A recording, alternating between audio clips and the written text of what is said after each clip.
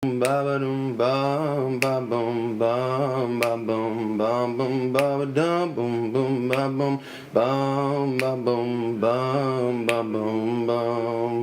But I am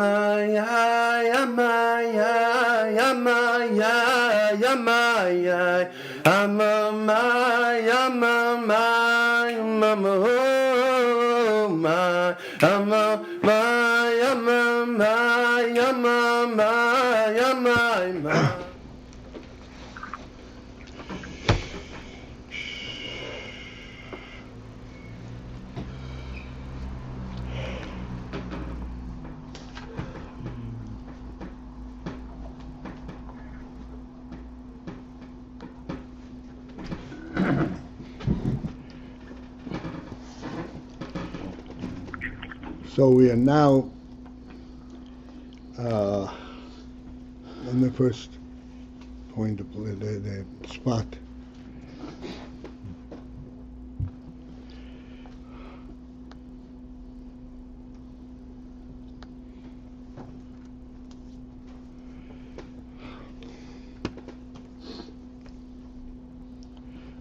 We will start in the middle of the fourth line from the top, to find out. Although we already went into this before.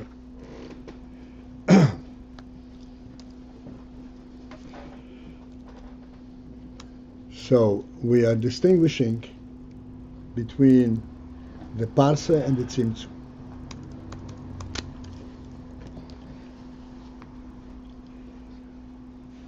Where the tzimtzum affected a total withdrawal of the oil, as we said, and then reintroduction. And thereby effectuating the gilui, the presence of an oil, a shaykhul oil, an oil that has a relationship to worlds, as we already discussed this principle. The parser is also a kind of an interruption in the flow, but it's not a total interruption like the tzimtzum. Rather, it is what we call a reduction in the oil, and the oil without being interrupted, the entire oil is mislabish in the parser. And then, as a result of these slabshus, there results an oil that is in proximity and capable of establishing kelim of biyah, which is oil atzilus versus biyah.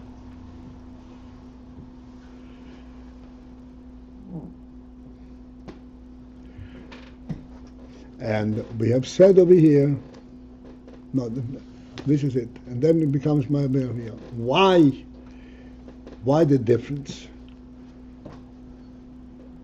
Why the process between Atzilus and Biyah is different than the process between Oir and Seif and the Kav?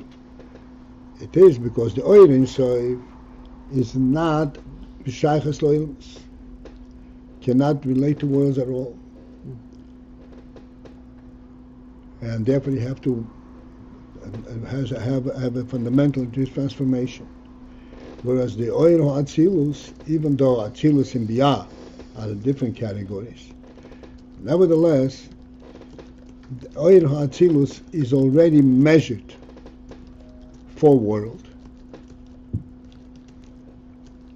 and therefore to render it that it should be able to relate to Biyah. You don't need to retransform it, you don't need to redraw it. You can malbish the whole oil into the parsa, and then it becomes biyah of biyah.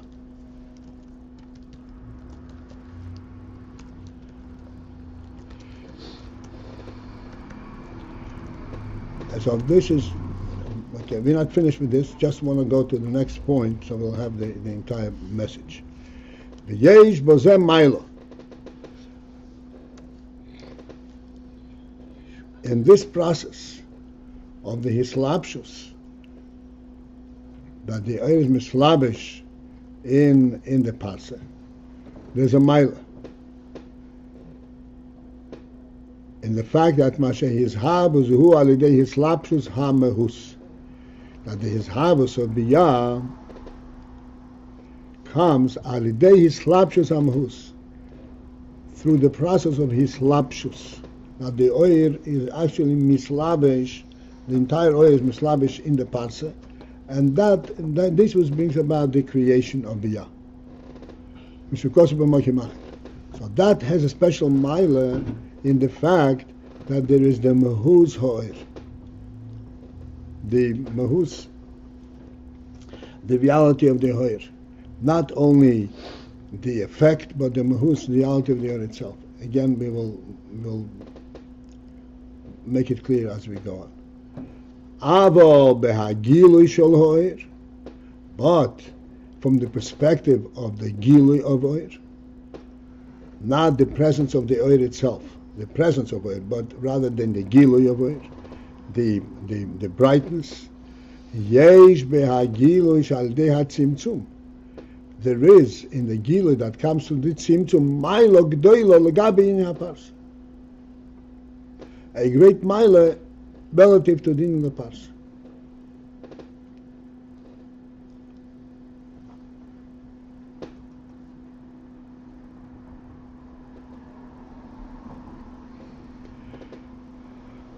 Okay, so we're still in the middle, but I just want to give us a little handle. What are we referring to?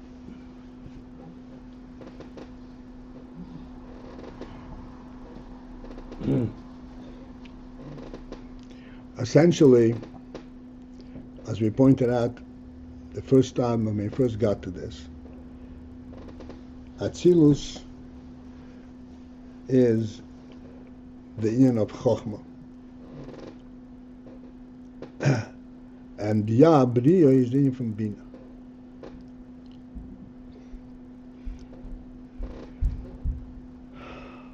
Chokhmah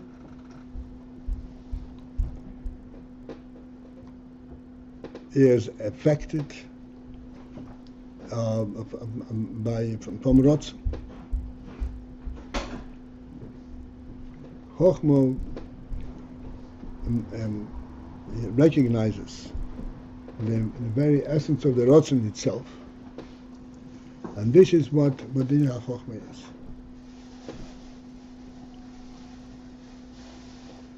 Bina is the result of the hislapshus of Chokhmah into Bina.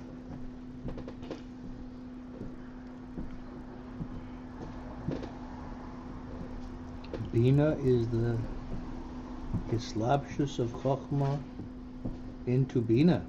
Right.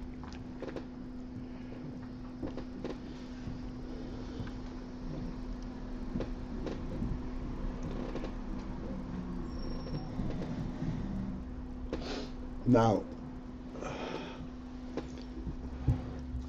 we point out all the time that Din HaChokhmah,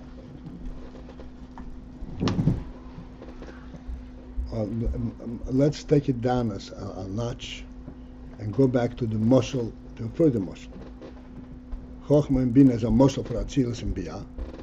And we go down to a further moshel, sight and hearing, sight and other senses. There too, there is the similar difference. Sight is like Chokhmah,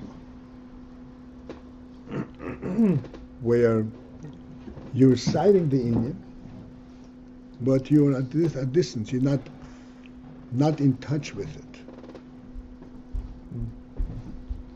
Just like Chokhmah, and Chokhmah likewise has a sighting, has a cognizance of the Rotzen, which is a sighting of the nefesh, of the truth of the nefesh. It cannot grasp it, and as we always point out, that the recognition of Chokhmah comes in the form of a bright spark, but you don't really have a grasp of what it is. the Rotzen, between Rotzen and Chochma, even though Chochma takes the brightness of the Rotzen, but essentially there should be Arahingans. Chochma does not enter into the Rotzen, does not become part of the Rotzen. Rotzen doesn't become part of the Chochma. The Oirach Rotzen is reflected in the Chochma, just like in sight. The sight does not really experience, have a real contact with that which is visible.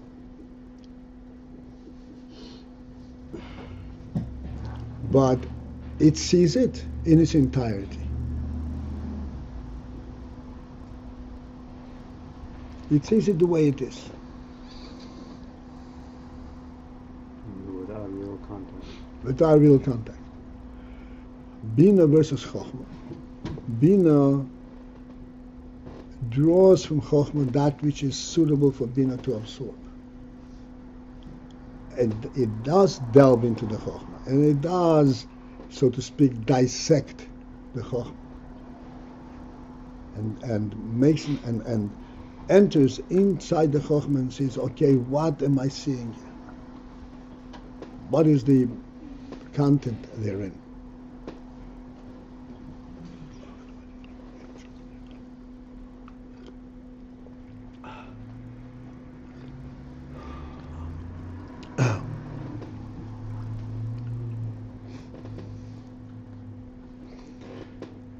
And the reason that Chochmah and Bina can have that type of relationship, that Chochmah, which is Ayin, which is Beetle, and it has a siding, so to speak, of the Rotz, Bina, which is a Metzias. How can Ayin and Yesh have a relationship of this nature, of this type that is also mislavish? It is because that in Chochmah, this is already an oil that is b'shayches l'oilmus, because Chochmah, despite that it sees the whole thing, it is seeing the whole thing. It's not within it. Therefore, there is a definitive sighting. That is, it means it's already measured according to so to speak, according to Kalim. Like we're saying, like in sight. Sight is not an involvement. Sight is seeing it from an angle, and seeing it. You see it with your eyes, not with the rest of your body, not with your entire being. You see it through certain faculties that allow you to see. Even though the sight is so bright and so clear and so true, there is the element that it is something that you're observing. And even to the extent, as we point out, that one of the major aspects of sight is that you can close your eyes. That is what the major experience, what the major means by which you know what you see. And the similar thing is in Chochmah. This is why Chochmah is a knowledge, because you could know it and not know it. Therefore, because Rotzen per se is Nefesh. Nefesh does not have two sides, presence and not presence. It only has presence.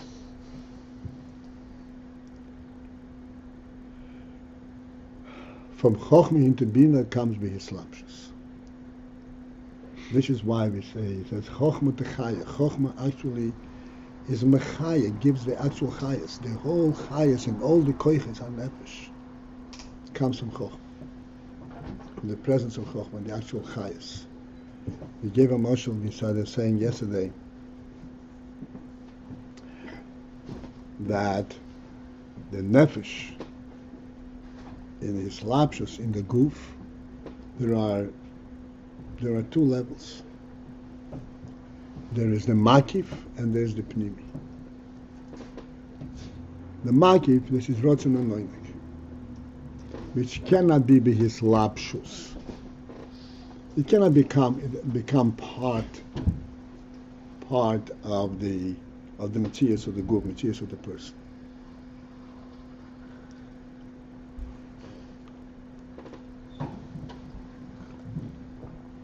which means that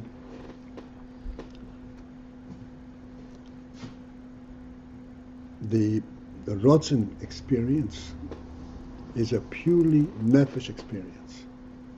We don't have an explanation of what it is. Rotzen is a purely nefesh experience.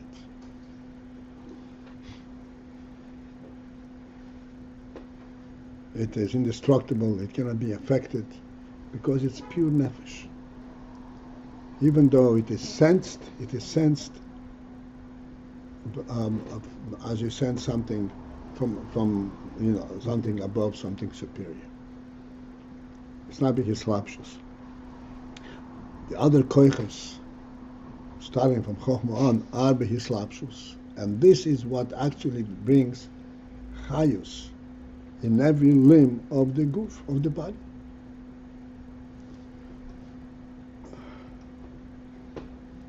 Every limb of the body has its own chayas according to the koya that's mislabish in it. Excuse me.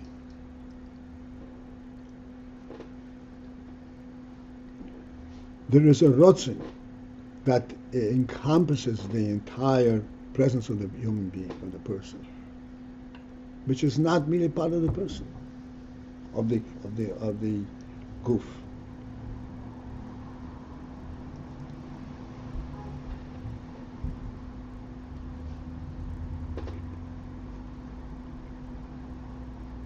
This is why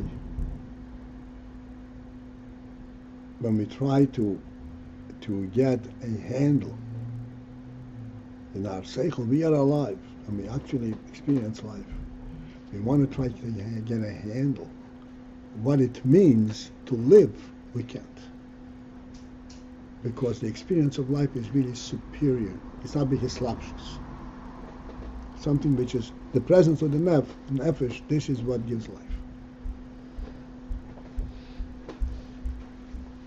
Just like we in the moshel gashmi, a much lower level, but still it's an appropriate moshel to say that there is an element of sunlight, an element of light that is directly related to sun, not to light. It doesn't come by his lapsus. It is there because we appreciate sun per se. This is the rotzen. This is the rotzen hanefesh.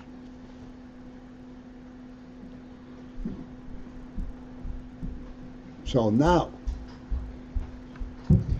coming back to the point that is being made over here, the slapshus, this brings the mehus. Just like we said in the chayes hanefesh, nefesh is mislabish in the goof, and therefore it brings the mehus hanefesh into the goof.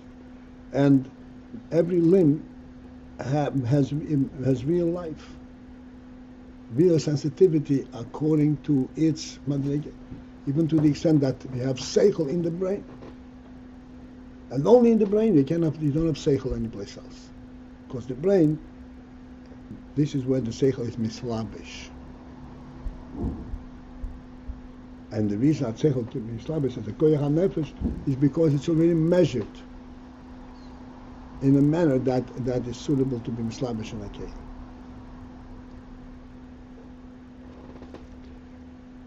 So this is phenomenal union that we have all the koiches, and with the hand we can do, phenomenal things. But they're all definitive actions. The sense of oyer, the sense of rotz, the sense of oyer hanefesh, it's not behislapshus, and it cannot be behislapshus. But the brightness of that oyer is infinitely superior to any of the koiches that are mislabish. Like we say, the rotzen hanefesh, the rotzen that we experience, that we have, is superior even to chochmah. There's no comparison. Like we have the moshel. If you go back to the moshel of the host and the guest, the presence of the host himself, this is like Rotz. There's no grasp on it. You cannot really define what it is. The interaction between them, the actual hosting, the actual meal, and the actual comfort that is and friendship that is offered. This is Bihislapshus. And we all understood and understand that if one is satisfied to have the meal, that's good enough. We're saying that he's missing a whole profound and refined human element. He's missing the Rotzen element. Doesn't have the sensitivity of true human sensitivity.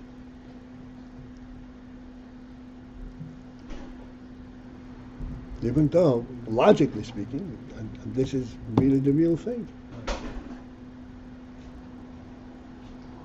It's a Bihislapshus. He can eat it, he can enjoy it, he can take it with him. Whereas the Rotzen is present only in the presence of the host. And yet, this is what the Gili Oyer is Sholei Biyarech, because there you have the Oyer of the reality itself, of this interaction, of this relationship that is much superior to anything that transacts between them.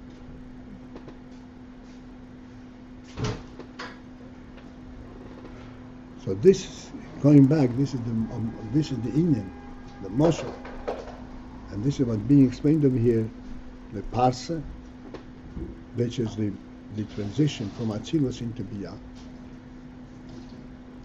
where the Oyer Atzilus is actually Bihislapshus in the Parsa, giving Biyah a real presence from the Oyer Atzilus. It's like Chochmah Yisrabish and Bina. That Oyer gives Bina a real presence. The Oyer, then we come back, going back to the top. Oyer in Seif, going through the Tzimtzum, and then coming through after the Tzimtzum in the Kav. Then the Tzimtzum is total, and the Oyer in Seif is totally, completely absent. But then there is, as we said, there is Chosev V'Heir. The Chosev V'Heir is not Bihislapshus in the Tzimtzum. Chosev V'Heir is simply bringing the brightness of the Oyer itself. That this is all initiated from above.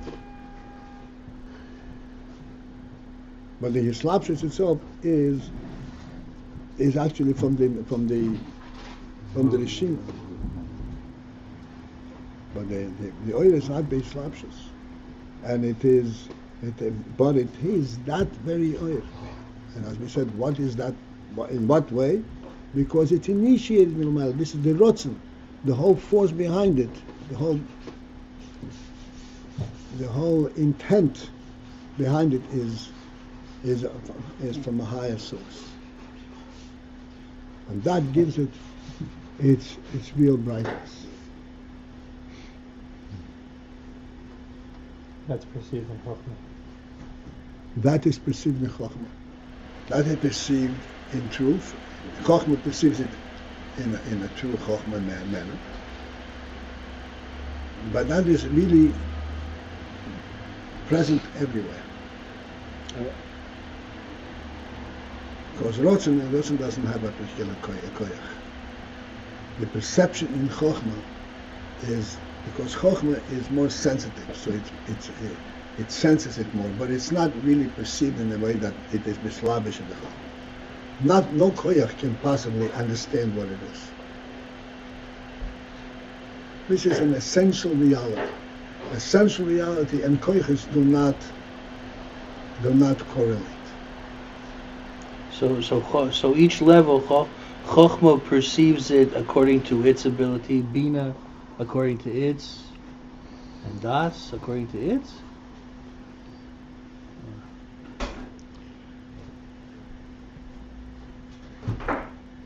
Yes, but none of them perceive it in its true. And it's true. self. Right.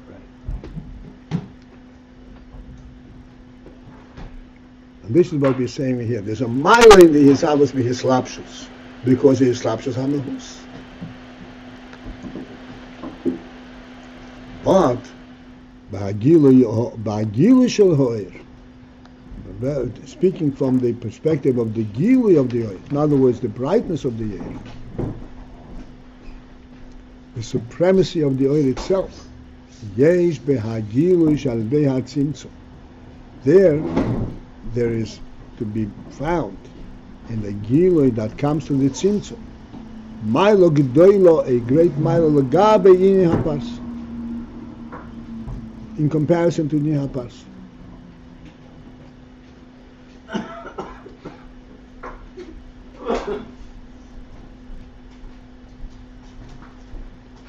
I'm going to go through quickly the last few lines, so we'll have the whole thing, and maybe we'll discuss it more tomorrow. I want to go through to show you what we have just now discussed. The Hislapshus B'Haparsa, because the unit from Hislapshus in about Hu'in Akova. It actually, this is how this Hislapshus taking place. Hislapshus in that it's an Akova. Akova means it is being held back. Sheho'oir mis'akev b'haparsa, which that the oir is misakev, is held back in the parsa. What does hakova mean? V'yina hakova hu sheho'oir mishahave kim huz hadova shemisakev. This is the principle of hakova. Hakova means holding on until the oir is transformed to become in proximity, become acclimated to the dover where it is misaki. Like a transformer. It becomes acclimated to misaki. It's no longer, it doesn't pass through, it becomes absorbed in it. Ve'al kain, and for this reason, nikro ha'oyer shi'achar ha'parsa, the oil that comes after the parsa is referred to the shame oil shel tulda, is actually described as oil shel tulda, an oil, a reflective oil. Tulda means a secondary level. It's born. It's a reflection from the previous oil. It's not the direct flow of the previous oil. It's a reflection of it. Shomus acher, which is a different mahus, a different presence, legabe hoye shel amayla mehaparsa, relative to the oil shel amayla mehaparsa mokimara mizem mokimara ba'erech. So this is interesting. On the one hand, we say that the whole oil is mislavish. You have the real thing. But the experience and the gilui of that is completely transformed. It's like oil shel tulda.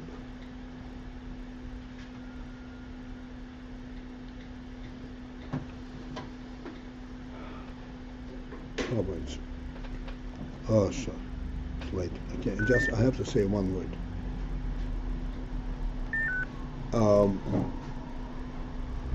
The nefesh is mislabish in the goof, and this mislabish, every koyach mislabish in the seichel and midas and the hand and the feet and everything else. And this is real chayz nefesh. We only know that the goof doesn't live. The life is the nefesh. But what type of life element does the goof have in terms of its personal experience? What type of life does the hand have? A hand type of life. Foot has a foot type of life. Doesn't have a nefesh type of life. It is nefesh, it is living. It's mislapshus, but it's a different kind of thing, completely.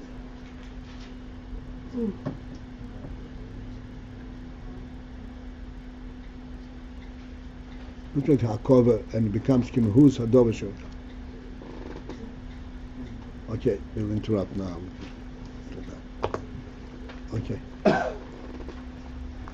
All right, so have a good day, and we'll pick it up and listen tomorrow again.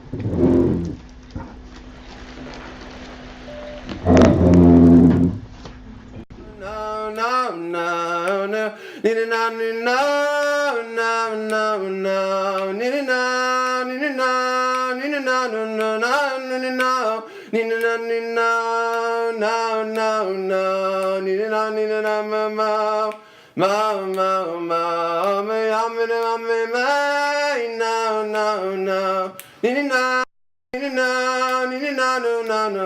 no,